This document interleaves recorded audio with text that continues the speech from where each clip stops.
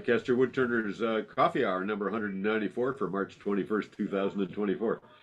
I can't believe it's on number 194, but it is.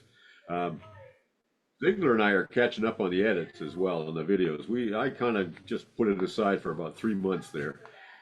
We got quite a few of them posted, and Ziegler's cranking through the descriptions. And as soon as the descriptions are on them, I'll make them public and post them to the list. And those of you who are subscribers will get an email about that from YouTube.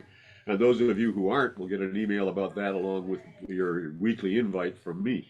So one way or the other, you'll find out about the videos as we get them posted.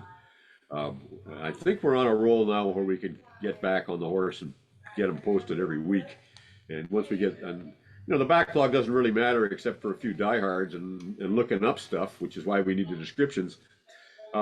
But the set, it goes back to number 28 or 29 out of 194. It seems a shame to break the set at this point. So I'm going for getting it all filled in so we don't end up with an inexplicable gap in an otherwise impeccable collection of fascinating hour-long collections of yakety-yak and pictures of wood turning.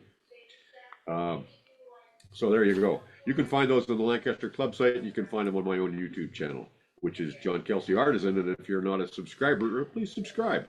And if you like them, leave me a like. And if you like them even a lot, leave a comment. It always helps to get likes and comments on these things. I'm seeing 40 on screen, and they're still clicking in here. And I'm seeing a few hands go up. So I'm going to hold the floor here for a second on a few other announcements and the like. The Amtrak project is coming along very well. About a dozen people have dropped work off here or sent it here by UPS because they're not going to make the April meeting.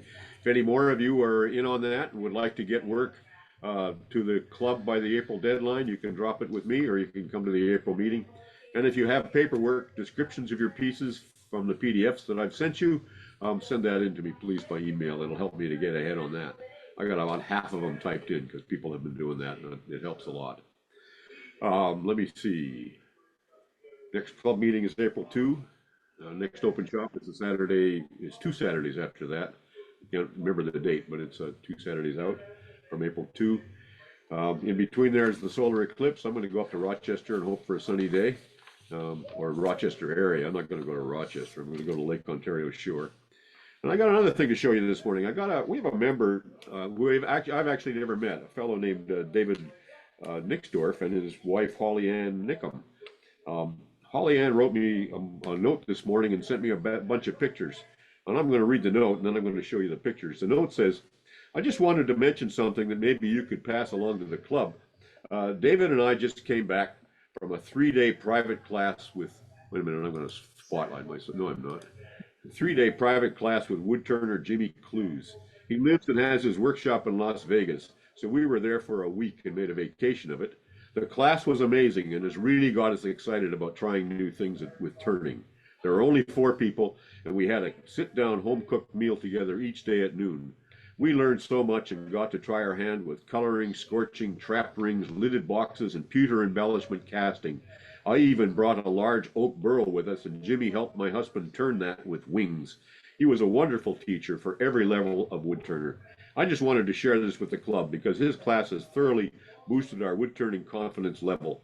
If anybody has any questions about it, I'd love to share my experience, and I hope to get her to do that at a meeting. These people work at really weird hours, so that's why we never see them. But they're very avid turners. Now I'm going to try and switch to show you the pictures, but first I have to turn off my background, so give me a second here.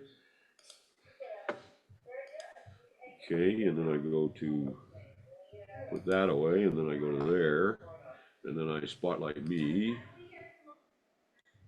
and there they are. And then I go over here and I make that full screen. And there you go. That's the 4 turners at Jimmy Clewes' workshop. I think that's, I'm not sure, I think that's David working on a thing. I think he's got a great big beard. We'll see him in a minute. Yeah, there he is. I think that's the wing bowl that she talks about taking the burl for. And I think there's a whole bunch of them. I think that's David and HollyAnn over there on the left. That's Jimmy Clewes in the middle with the puppy, and I don't know who the other 2 are. And that's Jimmy and David starting in on the oak burl, looks like to me. And then they're figuring something else out at the lathe. I think that's also Jimmy and David. I think that's the last of the pictures that she sent me. So I'm going to come back to here. I just wanted to show you that. I thought that was kind of interesting and nice, and a very good course to know about if anybody wants to go to Vegas. Let me get my background back so that we're back in the saddle here. Okay. I also taken a class from Jimmy, and he is very, very good. And I know Sherry shared with us a plate that she made that was similar to what Jimmy does. And a couple of unique things. John, you had commented about the rim on her bowl being convex, and he stresses the rims because people, when they pick the bowl up or the platter or whatever it is, that's the first thing that they do is to feel that rim. And so it always is unique to have something different there. And he also says that the interior of the bowl does not have to mimic the exterior of the bowl. Yeah. So how long ago did you take that course, Garrett? Oh, I'm going to say 7 or 8 years ago. It was only a workshop at one of the local clubs. Yeah, I think he had a falling out with the AAW a few years ago, and he doesn't go to the conferences anymore. I think it was all about masks and safety and goggles and like that. I'm not sure, but I think there was a row there that I hope, one would wish could have been avoided, but there you go. Anybody else taken the Jimmy Clewes workshop? I've always heard very good things about it. I've had a couple of box making classes, 1-day workshops with him here in Atlanta. And how was that for you? It was good. He's a good instructor, creative. Isn't he the guy who runs the lathe at about 1,000 miles an hour? Yeah, he doesn't turn much green wood, I don't think. I think it's like kiln dried, so he's very careful in the wood he selects. There's no cracks, and he examines it carefully, and it doesn't have voids in it, and Well, I can go wood back. is appropriate for his style of turning. I can go back to 1998 when I had Jimmy Clewes stay with me for a weekend. And we had a masterclass with him. And on the Sunday before he returned home, we did a bit of turning in the workshop. And that was back in 1998. Wow. About 4 or 5 years after he actually started into wood turning in earnest. And I shall never forget that he was always on about, if a bowl looks all right one way, does it look all right when you turn it upside down? And if it does, then you've got the contours and the shape absolutely perfect. But that was 1998. Anybody else with the Jimmy Clewes story? Yeah, I had. Don't all talk at once. Who? Go ahead, Jim. All I wanted to say was I never had a class with him, but I love his mate tools. Thank you, Stu, for referring me to them. But Norm, you got it. Yeah, we had Jimmy at the Black Forest here in Calgary. He put on a couple of years of seminars. He got kind of disenchanted trying to get stuff across the border, but boy, oh boy, he sure puts on a good class. He does turn fast, but he likes to profess he turns fast safely. But yeah, you do one of his square plates that he turns into a little, Japanese type bowl, and 3,500 RPM, those corners are coming at you quickly. I wouldn't do that. I'm all in favor of not turning crappy wood, but I wouldn't turn it that fast, but that's me.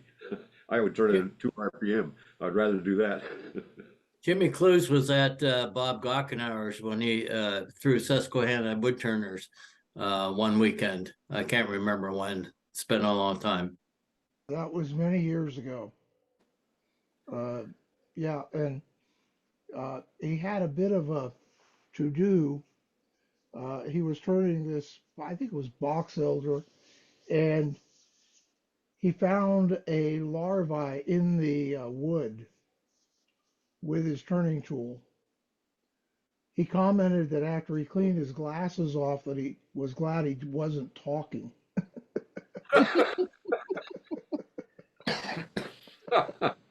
I was at a demonstration at the York Club one time, and Jimmy was doing a demo there, and he left, he had like an overchuck with a little T-bar to tighten it up. He left that in the chuck and turned the lathe on, and it went flying into the ice. He was so embarrassed. Oh boy, that's the trouble with turning at 3,500 RPM. All right, that chuck will go like a bullet. No one got hurt, so it was okay. Lucky. Anybody else on Jimmy Clewes? Before I go to the hands, I'm noticing Duxbury on screen, and I just got a note in the chat that says Duxbury is either guest editor or something to do with Woodturning Magazine. Dux, you want to tell us about that? Oh, thank you. Well, naturally, being guest editor, I'm the last one to see it. I have no idea what they put in there, but that one issue, or is that on? This is the latest issue. It must have just come out this morning or something. I've got 4 or 5 comments already. I just wrote to them. I have no idea where, but it should be out next month, the copy. But Are you doing more than one or just the one issue? I hope it's only one for now. That was enough for a while. Guest editor, my guest is Andy Chen. He turns a lot of Korean. Usually shows up at SWAT. He's demonstrated at SWAT many times. But I'll tell you more next week. I have no idea where I'm at. You didn't go to England for that. You did that remote from here. Yeah. No. I'm going to go. I think I'm going to the AWGB symposium. I'm not doing Portland. I wouldn't go to Portland if they gave me the ticket, but I'm going to try to do the AWGB. And where is that going to take place and when? Oh, October, I think, in Yarnfield. Don't ask me where Yarnfield is. It's in the middle somewhere. I Zoom with those guys quite often. And to be honest, I can almost understand English now. I'm getting pretty good at it. They used to all be laughing. I had no idea what the hell anybody was talking about. But now I'm getting pretty good at it. But Scotch and Irish, there's no, I don't think they can even understand each other. Can they understand you? No, probably not. Probably not. Anyway, it's a great experience. I still like writing. It's fun to write. Well, while I got you here on the screen, you got anything you want to show us today? Oh, damn. I'll get back. Well, yeah, hold on just a second. Okay, we'll hold on just a second. Duck's always intrigued before he shows up, and then we'll get to you guys with the hands up. I always got something. You know, I always got something. 45 today. This is the latest stuff. I don't think I've shown these. No, you haven't. These are the latest. This is done with my Dux-chuck. Okay, kind of hold it still first instead of waving it around, will you? Now rotate it. Okay. That's one piece of wood, right? Yes. And that's all with the little magic little Dux-chuck. You got it. That's the little one. And I'll tell you, I ended up with a big tenon on the end of here, 1 5/8" tenon. And there's no way in God's green earth you can hold this thing to take that tenon off. So I made a base with a socket in it to fit the tenon. Man, that works nice. That's almost a funnel, Jim, if you glued a piece on it. Well, I made one other one, and I got this one done, and I was turning this one, and you know how you do stupid things sometimes, you just plain waving the tool around. I came out of there sideways or something, tore the end right off this one, but this is the other one. This is done on 3 centers. There's a center down here, and there's a center for here, and a center for here. You know, rotate it. Hold on, let's see it. We only saw it on view. Let's see what it looks like when you turn it around upright. Stand it up. Ah, okay. So it's another one of those. Okay, now this one is on 4 centers. Now, when you turn this around, it looks like this. Oh, jeez. Now, is that for anything or it's just for fun? I mean, is you got to did you put pencils in there or something? No, Jan, this is absolutely worthless. This is a fun afternoon, okay? I It's got like a you bunch. should call it I got a drunk, bunch. drunk barrel stacking. What were they? I think you should call it drunk barrel stacking. Yeah. How do you get when you're boring the hole in the middle one there? Are you at pretty high risk of you've already got a barrel rolling around there when you're boring that hole, do you not?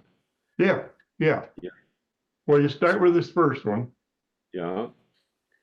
How do I get this up here where you can see it? Just hold it still. Hold it right. Okay, you start with this first one. And when you get that done, you index it. So this one now is on center. Yeah. And when you get done with that one, you index it again. So this one now is on center. But what I'm seeing is if you're boring that one that you're just talking about, then the first one here is kind of banging around the. Oh yeah, they're flying around. They're flying around the drill. Yeah, you want to wear a face shield. Well, if you have a little bit of a prang on your Morse taper, so you have to hold the drill chuck into the tailstock, you can't do that anymore in doing this, can you? No, that's a good point.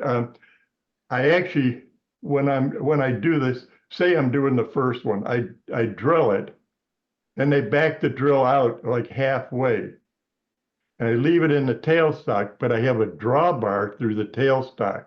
Okay, that's what I'm looking for is the drawbar. Yes, so I'm using that as a partial support. Right. It's not great, but it helps. Also, this is all wood back here. This is all solid wood. You could bring a cone center up in there too, couldn't you? You could, but when you start, yeah, you could on this one. You can't on this one. On this one, you can do the same thing, but you cannot get a cone center in here. Right. But you need the drill bit can still act. The drill bit can support it, yes. Yeah. Okay. Any questions for Duxbury about this one? And again, this has a base that had that big tenon, and I turned a base. I really like doing that. That once you get the base turned, you can glue these together, put this back on a lathe, and do the finished turning, and you got the whole thing done. It's fabulous. I do have a question. Yeah. Alan Miller here. Jim, it looks like it wouldn't take much to knock one of those barrels off, one of the top ones, while you're turning further down. How many failures do you have before you finally get what you got? Well, to be honest, Alan, I only had one failure, and like I said, it was on this one, and it was my own stupid damn fault. I had the first one turned. This one was done. I put this one off center and got that turned. I drilled it, left the drill in there, started turning this, and for some reason I come out of it sideways or something, and this one's flying around. I busted it right off. That's amazing. Shattered. Very interesting. But it's done with this the chuck. This is my new version of chucks. This one, instead of being a bandsaw cut through the middle and spring on the end, it's actually doweled, so it slides up and down. And this is a much bigger hole. This is for a one-way stronghold. So I've got a 2 1/4 inch hole in here now, and now I can turn with a 2 1/4 inch.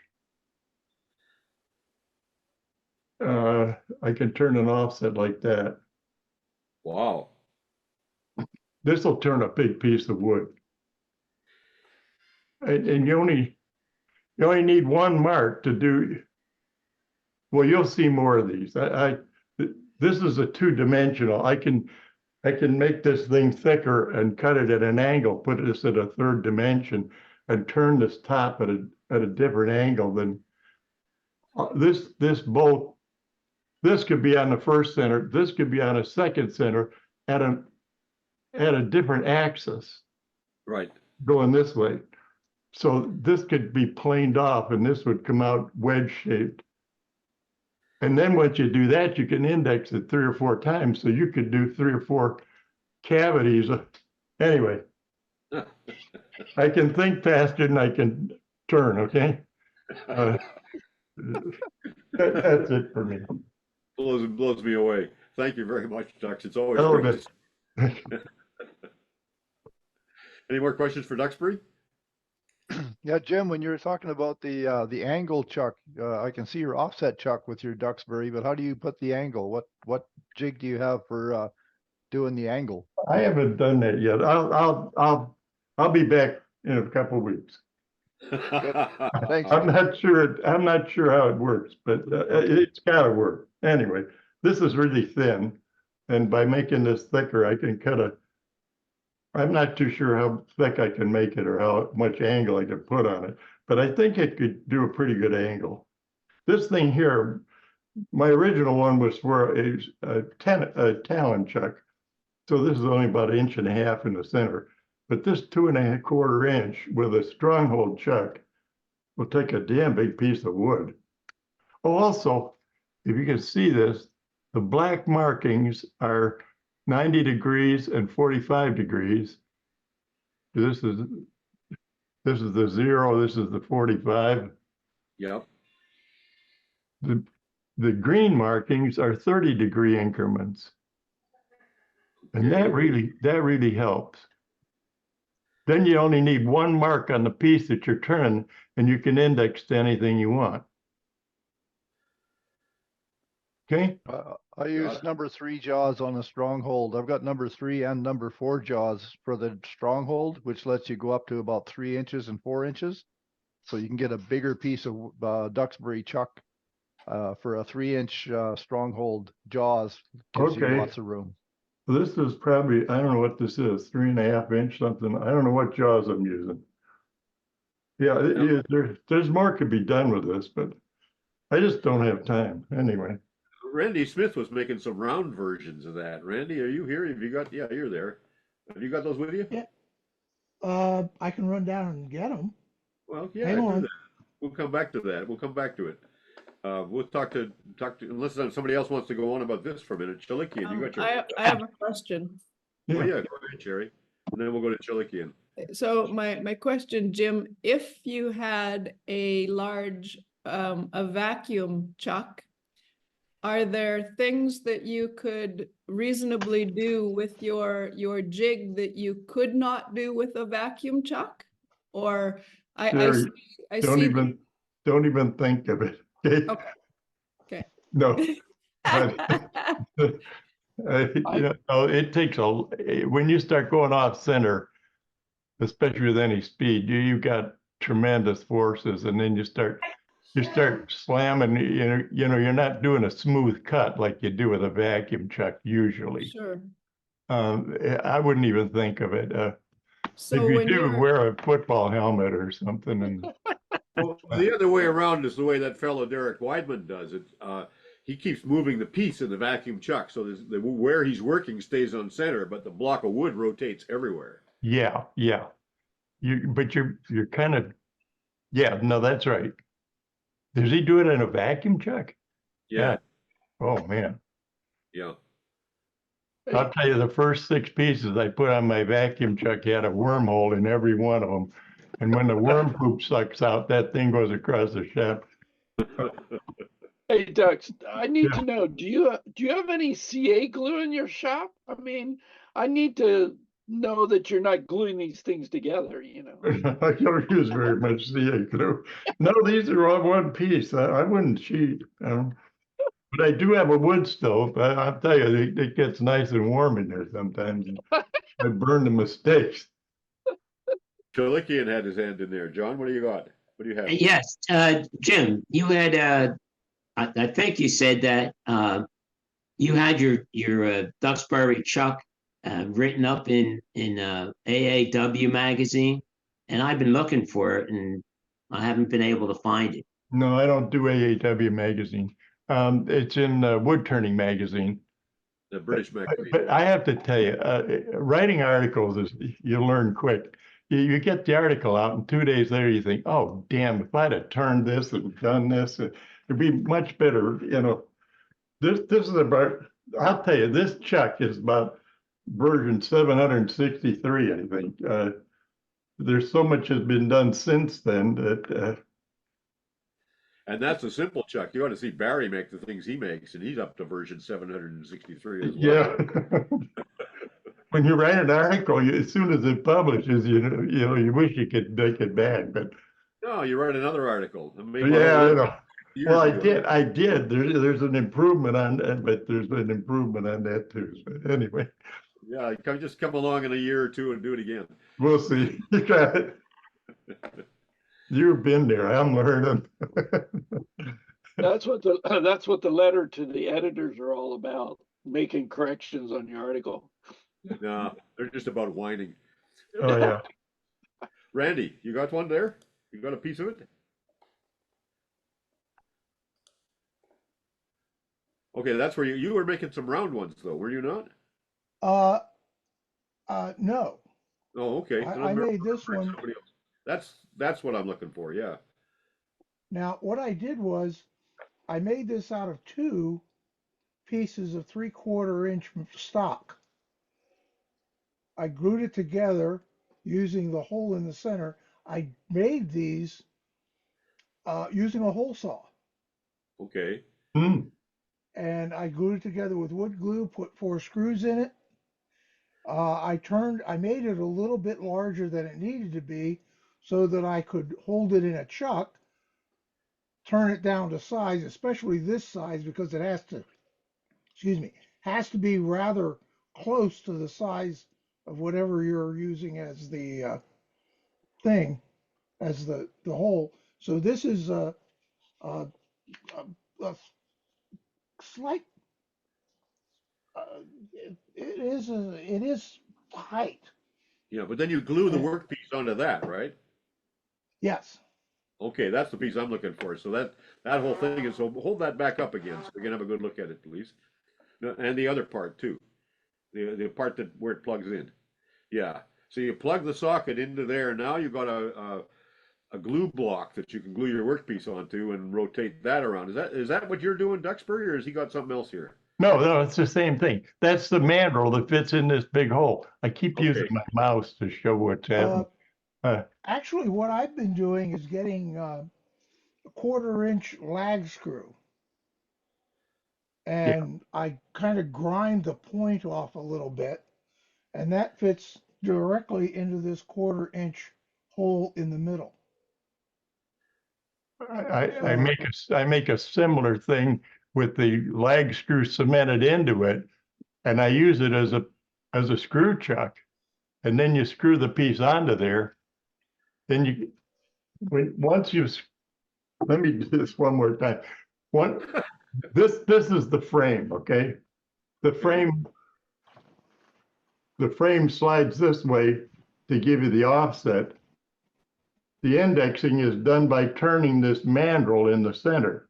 So once you slide this sideways, you can index this to get offsets or get figures in anything you want, any quadrant you would want it, okay?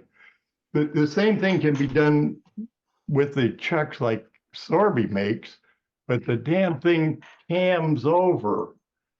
And to get a 1/2 inch offset, you move the thing 1.5 inches. So you can do it, but if you go to a 1/3 offset, it's not intuitive. You kind of have to experiment. When you shift this over, you shifted a 1/2 inch from the stop right here, and you know that that's where this is. Then you can index this and you can shift it another 3/4 or back a 1/4 or wherever you want to go, and you know where that index is. It's dumb, stupid, and it works. You know, it's a lovely system, a lovely method you found there, and you've inspired a lot of people to fool around with it and use it and develop it further. Well, Sorby makes this chuck cost $500. It has a DVD and 3 books of instructions, and it does work. It's fabulous. The thing is, machining is wonderful, but my God, it's not intuitive. You index these things around, and some of the cheaper ones, you know, you put bolt A and hole C, and you get 3/8 of an inch offset, and there's no reason why it happened.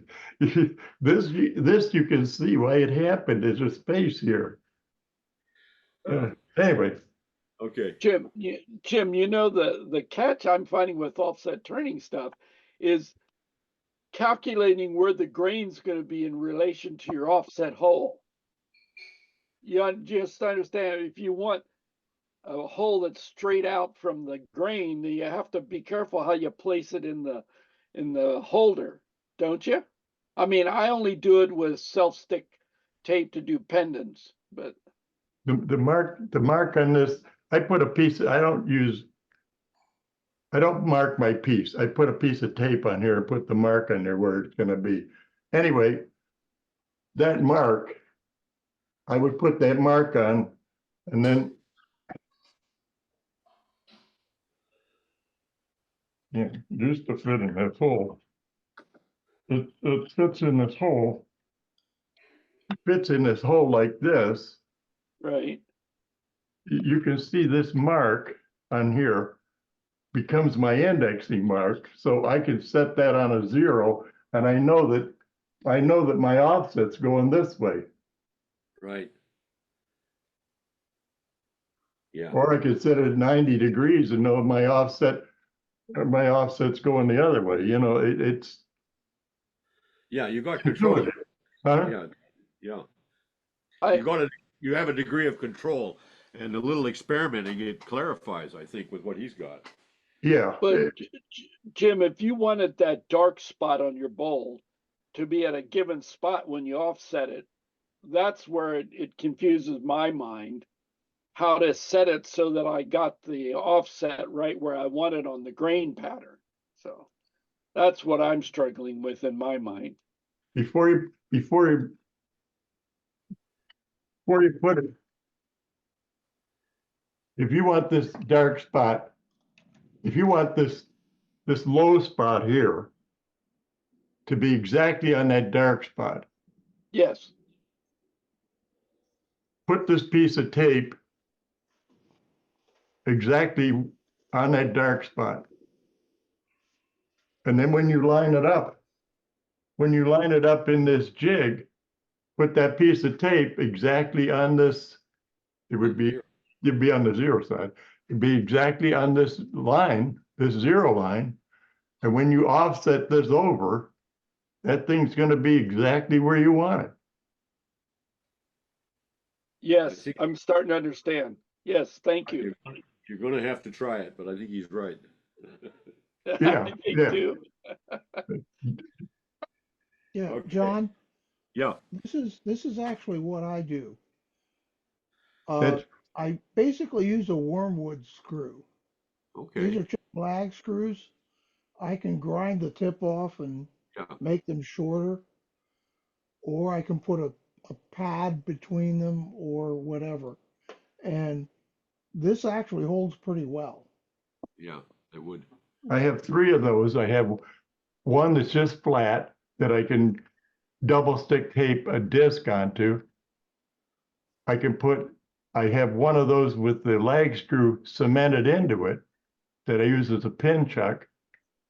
And I have another one with a 3/8/16 for bottle stoppers. And that way you can do bottle stoppers. Did I show bottle stoppers? I forget what I've shown. We haven't seen them, but we will happily to see them if you've got them. Hold on a second. I got them right here. I only have 10 of them. John, you're gonna have to publish this one as a Jim Duxbury hour. So. Well, we don't see Duxbury very often, and every time I he know. shows Yeah, amazing you stuff. guys are lucky. Yeah. Anyway, this is, I think we need a demo.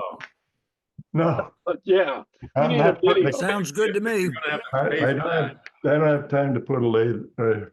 Let me start with a 2 offset.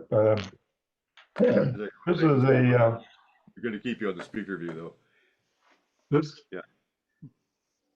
We got you. You're on speaker view. Anybody? okay, this is 2, I don't see it. Anyway, this is 2 offsets. This is the 3 center turning. But this is the same mandrel that Randy's making with the, whatever that is. I think it's a 3/8/16. But anyway, that's 2 offsets. Right. So when you do the 2 offsets, do you just do one and then rotate it 180 degrees and do it again? That's right. Once you've got this offset, you turn this and you've got a big hunk of wood hanging out the other side of here. And then you just turn this mandrel 90 degrees and do the same thing on the other side. And you could do that at 120 degrees and do 3 of them easily, right? Hey, you got it. Yeah. How's that? Like that. And then you could go, this is 120 degrees. These are 2 lobes at 120 degrees, okay? Parallel.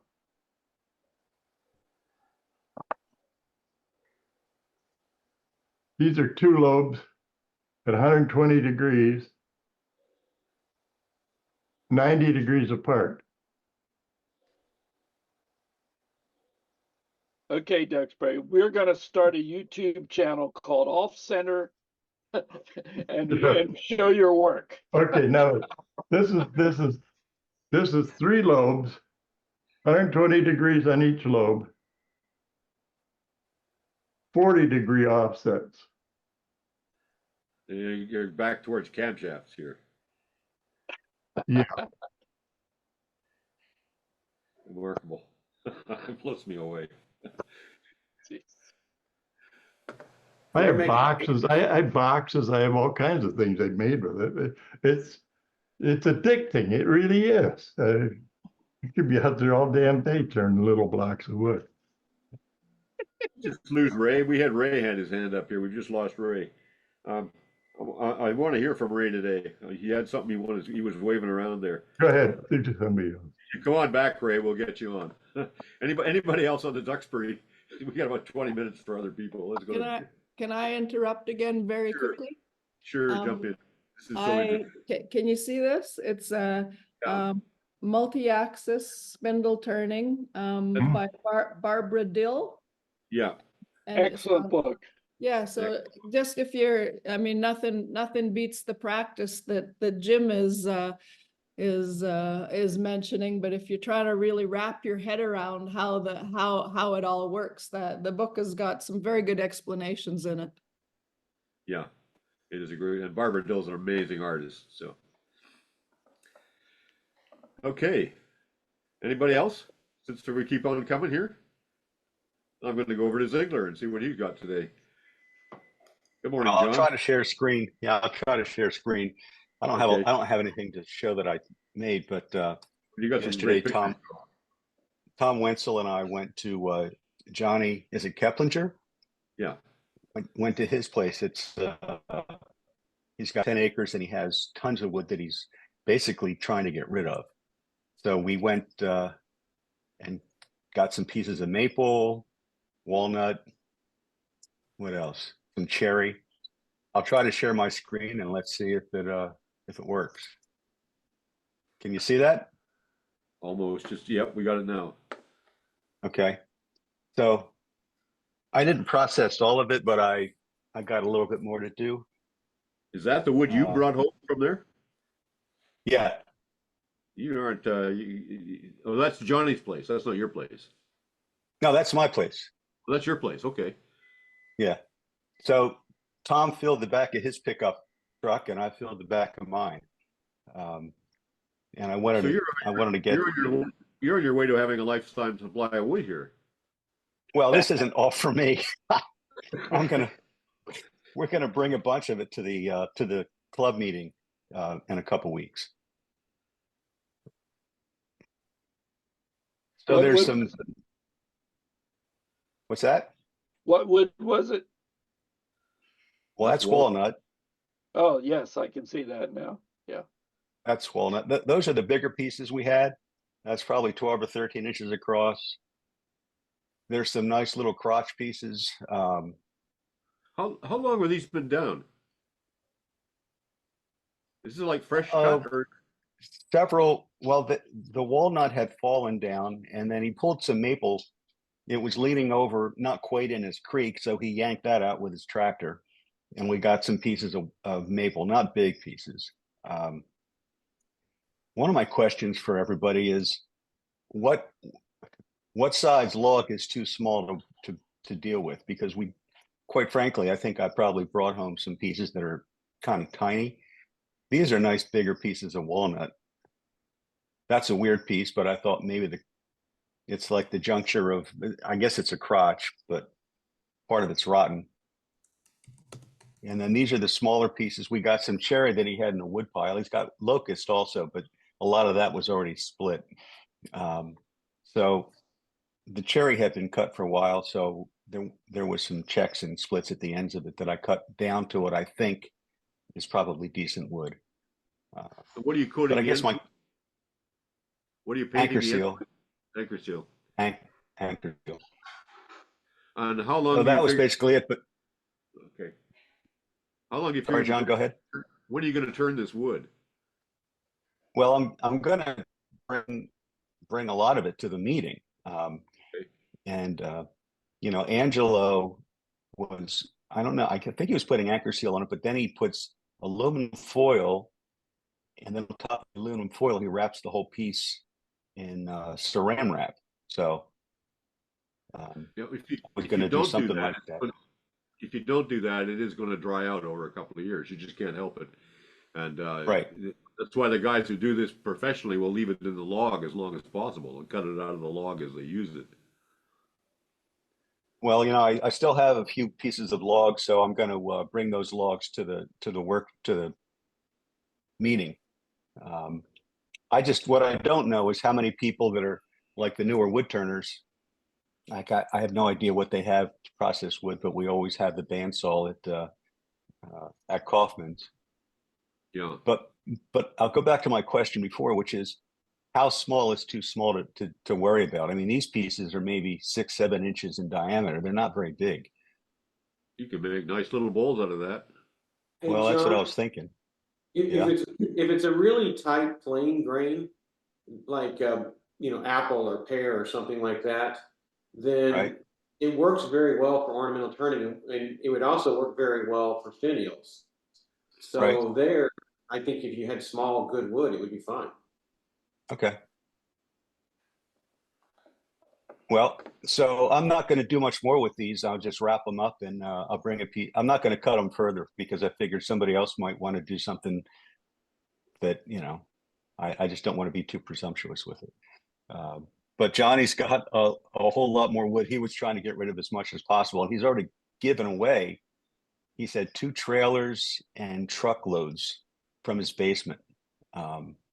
He's just got tons of wood. He's moving, and so he's just giving the stuff away, and whatever he doesn't give away, he'll probably either just let it lie on the ground or he'll put it in his burn pile. So you could organize like a field trip for some of the people in the club who would like to acquire some wood too, couldn't you? Well, yeah, I mean, that's kind of what, I don't know if Tom had mentioned it to the whole club, but I didn't know exactly what we were going to see when I went there. He said, we're going to go get some ash. Well, he had some ash, but we already filled our trucks up with the walnut and the maple and a few pieces of cherry. So there's a lot more where it comes from, and I think Johnny would welcome. So we'll just ask him at the meeting. I think he'll be there a week from Tuesday. Yeah, I think it's a good opportunity for anybody in the club who doesn't have a wood stash and would like to start one. Here's a chance to get some good. Well, wood. then absolutely. And as I was leaving, as we were leaving, Johnny said, "Do you guys want any cherry blanks? I got a bunch of blanks in the basement." He must have a huge basement. I didn't go. I said, "Well, I can't handle any more wood. I've already filled my place up." So Tom and Johnny can talk about what other wood that Johnny has available for folks. And he's in Quarryville. He's not, it's 15 minutes from my place in New Providence, but it's certainly not out of range for anybody in the club that is. Same distance as Groff and Groff. So Groff and Groff, you spend money that you put in work. Exactly. Yeah. So. Okay. That was it. Thanks very much. Certainly. Yeah. I wish is Ray coming back? Ray, are you there? Ray had his hand up to show something, and we got on past him, and he's gone away, I'm afraid. Well, we got about 15 minutes here. Who else would like to talk today? I have a couple older pieces if you want to see. Sure, we always like to see your stuff.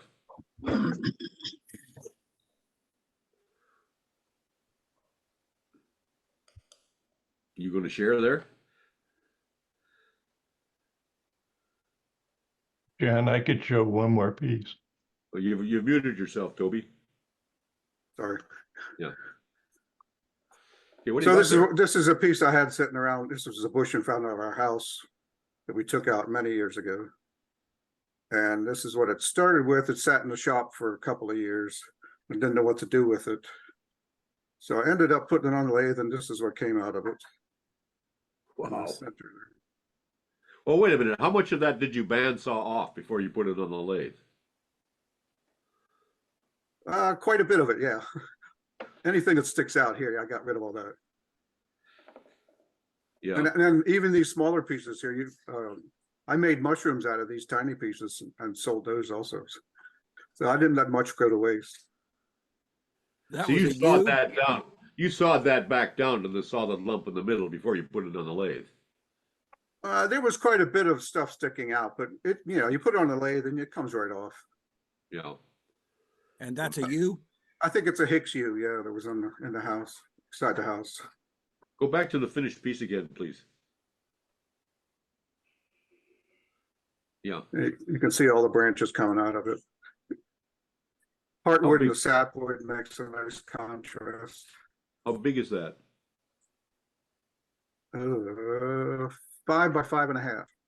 Okay. I was thinking. Toby, what do you use to hollow? I believe on this I just use a bow gouge. Is the black spot a fill or just a blank? Is it just empty? It's a hole, yeah. There's two holes there on that one. There's a top view. Very nice work, Toby.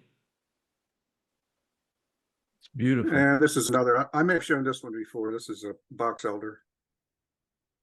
But I thought it was an interesting one to post because the rim is kind of strange looking. We haven't seen that one before.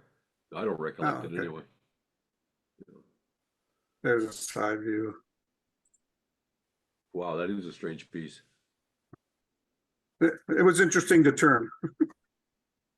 Yeah, that.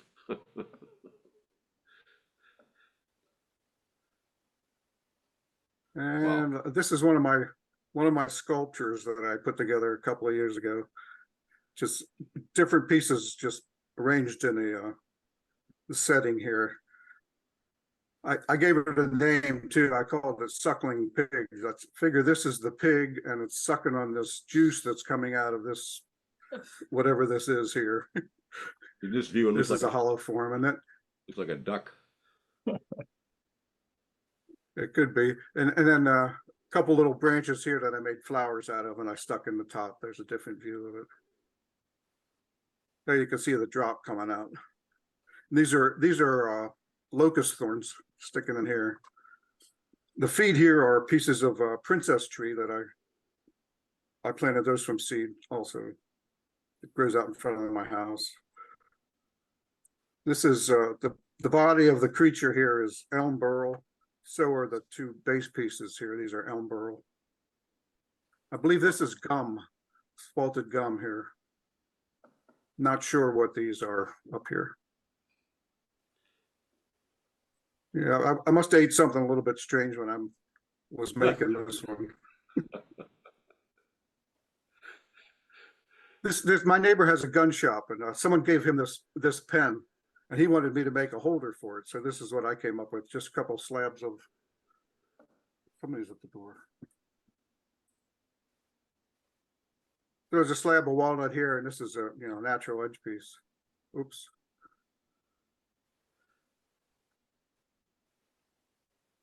Just fits down a little groove here. That's an easy. He liked it. Yeah. Yeah.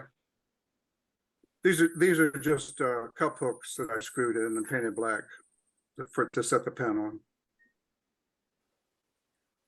And this was a piece of cedar that an artist friend of mine brought from their grandparents somewhere in the Midwest, and they had it for years and years in the basement. When she met me and found out I was a wood turner, oh, can you make something out of this? So she had, I think I made 2 different pieces. This is the one of them, and it was a piece of cedar that had some cracks in it, all the way down the side here. And if I could show the top view, there was a crack down both sides of it. Wow. So after I turned the outside, then I wrapped it in shrink wrap and some duct tape when I hollowed it out so it didn't bust apart. And this piece is 6 by 6.5. I'm amazed that held together. Me too. Like there was good structure in the bottom here, but up along the sides there, it was fun. How thick are the walls? About 1/4 inch, I guess. Oops. There, you can just about see it there. Yeah, you can see That's it. all I have. Those are some of my older pieces I haven't shown yet. Thank you very much, Toby. Bert, what would you like to talk about today? Oh, I just gotta let you guys know that the Seattle Woodturners group contacted the Edmonton Woodturners group here last week, and we're asking some questions about making wig stands. Apparently, they're making wig stands for their local chapter, and they had some questions. They watched the Edmonton Woodturners group demonstration I did in 2020, I think, during COVID. But they had some questions. So when they contacted us, I said, well, hell, let's just do a Zoom meeting. And so Saturday morning at 10 o'clock, Seattle Woodturners and the Edmonton Woodturners and Seattle Woodturners are going to get together on a Zoom meeting and make a wig stand. Now, 10 o'clock on what time zone? Mountain time. And can any of us attend? I guess I can probably grab the invite and stick it in the chat. So yeah, I'll do that. So. That'd be That's great. all I had. Okay, thanks, Bert. Bowman. Hey, yeah, let me share. I started, I've been playing around with dyes ever since Toby introduced them to me. And I managed to get one that I like, finally, after much fun and games. Oh, that is a nice color. Yeah, and Toby and I had a little chat on Facebook about how I did it, and it's not at all the way he does. Mike, I think you were talking about the dyes I use. It's Chroma color, isn't it? Chroma key. Chroma craft. Well, yeah, I buy them from craft supplies, and they call them artesian, but it's the same way. It has some shellac in it. So, and that's the bottom. This one I did purple on the inside, and I started out with orange on the outside, and then I sanded it some, and I put, let me play this quick 20-second video. And then I put some magenta on top of it and did friction shellac mix on it. And that helped blend everything together. But this is the bowl. The water is the waves splashing it. I was pretending it was a seashell at the shore, a conch shell. If there's sound there, we're not hearing it. So. I probably didn't turn the sound on. That's all right. Yeah, no, you can. It's a click. Yeah, I forgot to do that. I forgot I was going to play it, but yeah. So that was my my fun. I was very quite pleased with that one, and I kept trying because Toby kept presenting stuff that I said I gotta learn this stuff. So, anyways, fun. I'm glad it's not blue. Randy. Yes, the Susquehanna Woodturners, our next meeting is on April the 9th, and we will be having a sharpening session, hands-on. We will have several grinders and jigs set up, and this will be in person only. There will be no Zoom meeting. But we are going to have up to about 6, I believe, at last count, grinders there with jigs, and bring your tools in and sharpen them. Good topic.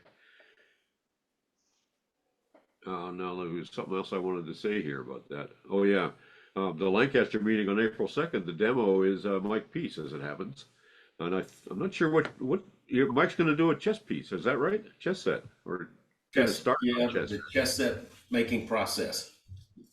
Yeah, I'll be interested in that one for sure. Anybody else? We got a couple minutes here. Got a shop improvement project if you want to look at that. Sure, show it. Okay. Your screen. A couple of weeks from now, I'm going to have my new contraption to show too. I have a harmonograph that's working, but that's another story altogether.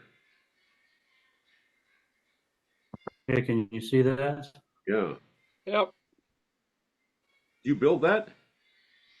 I needed I decided I wanted to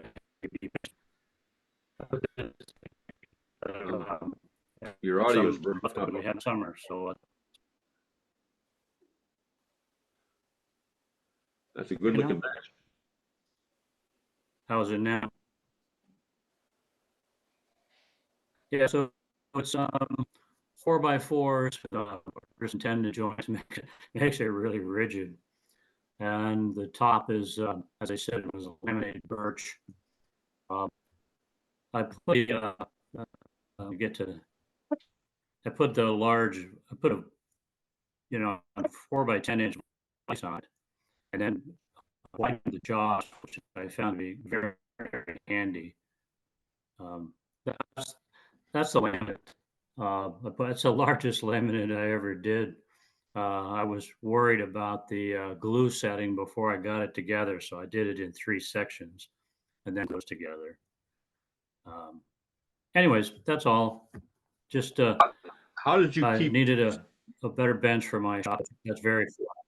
How did you keep twist out of the top of the bench? Go ahead.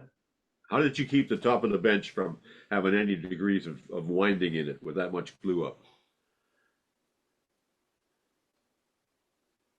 I'm not sure I understand what you mean.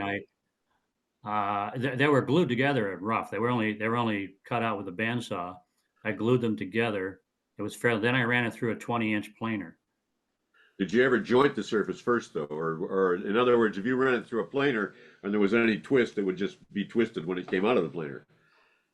Oh, twisting that way. I was extremely careful. I tied my. I understand what your question is now. There was pretty much no twist in it because I kept the only flat surface I have is my large cabinet table saw. I actually clamped my clamps down to that and the extension table so that it wasn't twisted. And it's also when you those are 1.5 inches thick. Actually, they started out as 1 3/4 inches. So when you laminate them that way, it stays fairly flat.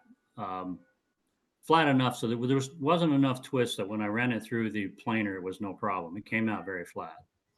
That's the risk in building a thing like that for a bench. It's any twist at all. Now anything you build on, it's going to have twist in it. Now, how would I know this?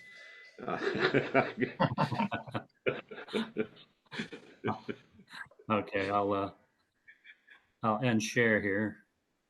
Nice work. Very nice work, Ted. And we're right up on the. There you go. I think I ended it. There we go. We're right up to the hour.